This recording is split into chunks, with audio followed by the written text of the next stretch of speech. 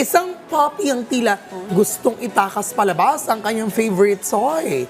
Lakad doon, lakad dito, tila hindi mapakali ang isang cute na baby dog habang kagat-kagat ang kanyang paboritong laruang isang pink stuffed toy.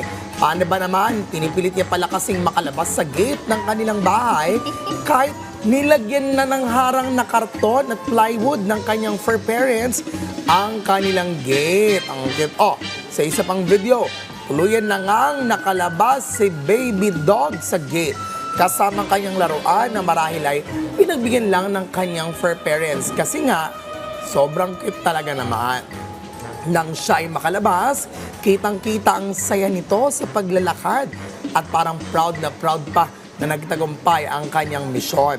Napa-comment tuloy ang netizens na sa sobrang cute raw, baka mapano si Doggy sa labas. Pero nag-reply naman ang uploader na si Queenie na lagi naman raw silang nakabantay kay Doggy. Ang cute naman siya.